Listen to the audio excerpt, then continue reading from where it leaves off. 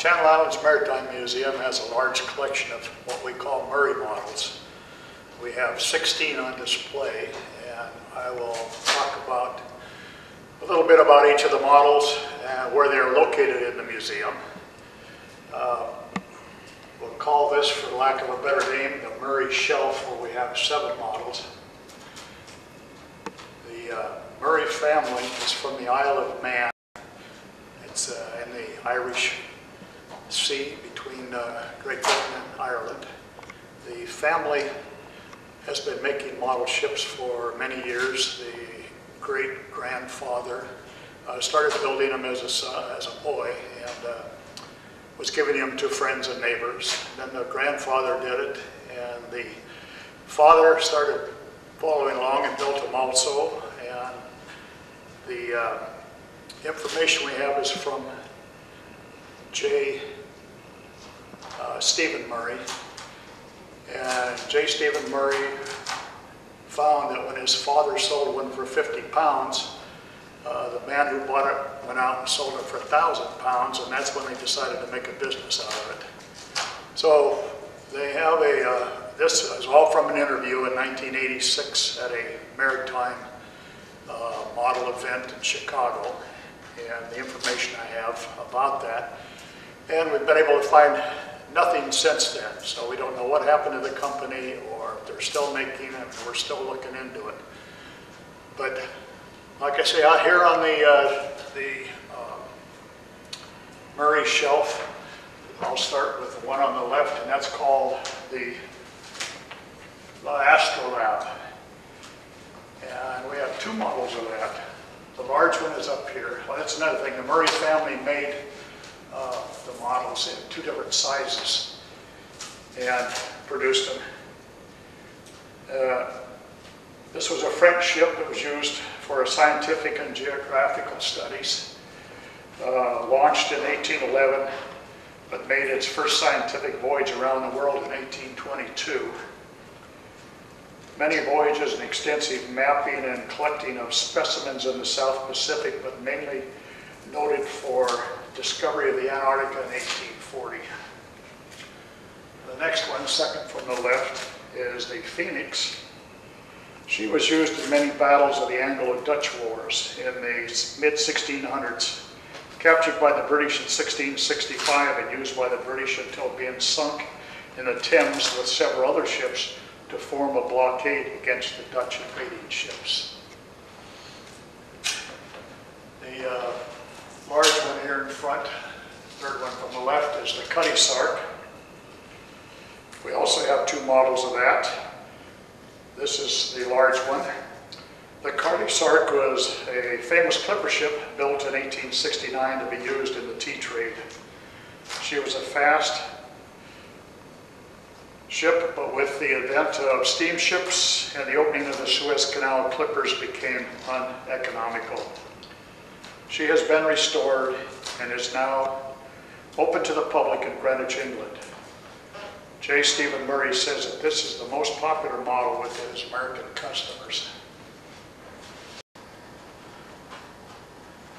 The next 2 models are of His Majesty's Armed Transport Bounty.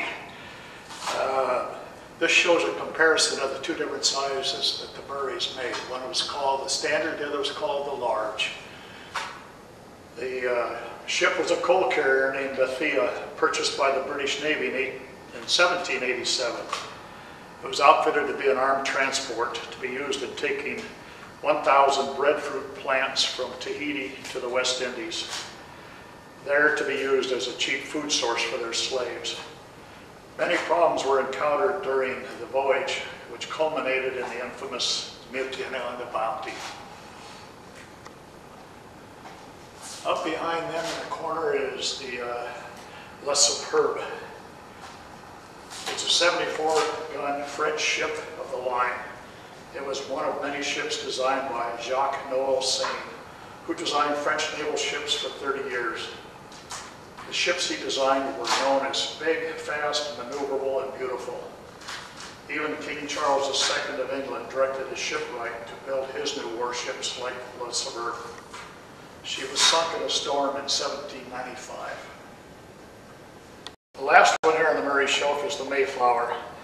Mayflower started out in 1620 to bring pilgrims to Virginia. She was accompanied by the Speedwell, but returned 2 times as the Speedwell was not seaworthy. The Mayflower continued alone with many more passengers, but due to heavy seas and storms, landed at Cape Cod. The Pilgrims settled nearby at what is now Plymouth, Mass. And the rest is history. Here in the library we have 3 more Murray models, all standard size. The first one on the left is the Cutty Sark, which we showed out on the Murray roof and talked about it in the large size. Okay.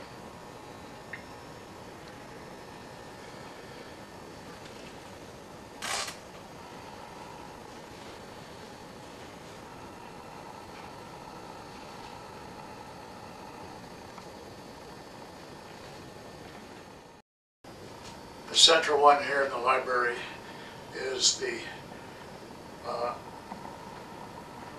standard size Astrolabe, which we also talked about out on the Murray Shelf.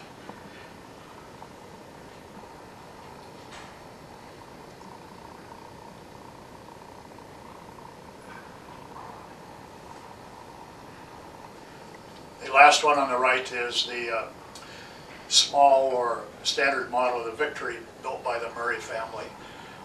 They also have a large model which we will see out in the upper deck, and there's a third one built by H.S. Spaulding located in the Nelson corner on the main deck. Victory was the flagship of Admiral Horatio Nelson at the Battle of Trafalgar in 1805. The ship built in 1765 is still on display in a dry dock at Portsmouth, England. J. Stephen Murray stated that this is his favorite model to produce.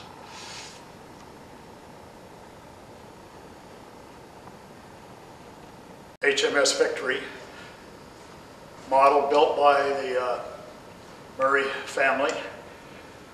The small one or standard size was in the library we talked about, and here is the large Murray model of the Victory.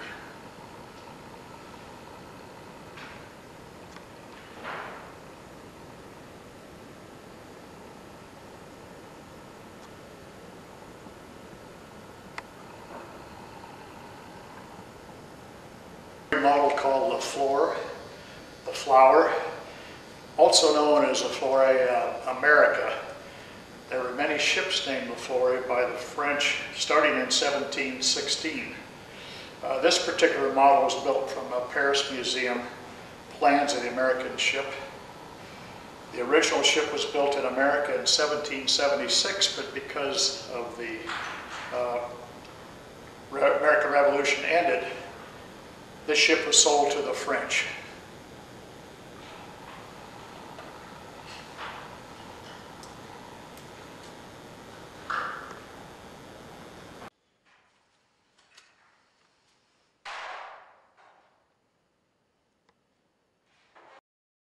The large model of the Golden Hind, the small model was the one just shown in the case. The Golden Hind was the flagship of Francis Drake, who circumnavigated the globe between 1577 and 1580. The ship was originally named the Pelican, but Drake renamed her in honor of his friend's crest, which was a golden hind. A hind is a female red deer, which is the figurehead on the models. Drake started out with 4 other ships, but due to dissension and bad luck and weather, wound up alone. He captured a lot of loot from Spanish ships along the coast of South America and Mexico.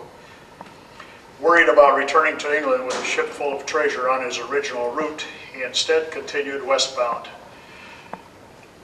Upon arrival, Queen Elizabeth knighted him, became Sir Francis Drake.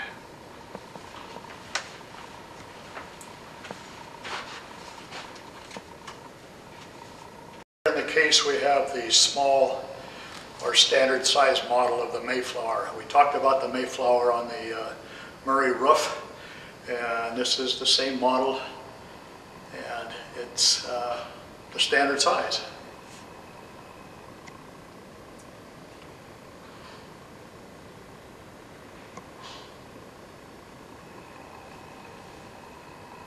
The last Murray model that we have on display here at the Channel Islands Maritime Museum is of a contemporary Chinese junk. The large one is the one built by the Murray family. It's typical of the junks that were used in China, and then here along the Pacific coast there were a lot of Chinese that were brought over or came over for the gold rush and for the building of the railroads in the mid 1800s. After those two jobs basically petered out, died off, they kind of moved back to their familiar roots of fishing in China, and they built ships very similar to what they had used in China, and they started many small communities up and down the Pacific coast. They became very good at fishing, and became very good at shipping it back to China. The fishing, abalone, and shrimp were very big industries for them. But then the state laws and the fishing unions became very prejudiced against them, and by the 1890s they were basically not fishing anymore. But this is a good example of what the Chinese junk looked like that was used along the Pacific coast. All of the models we've talked about, there's much more information in the model section of the training video. Also online, Wikipedia, Google, any ship that you'd like more information on, there's a wealth of information there on them.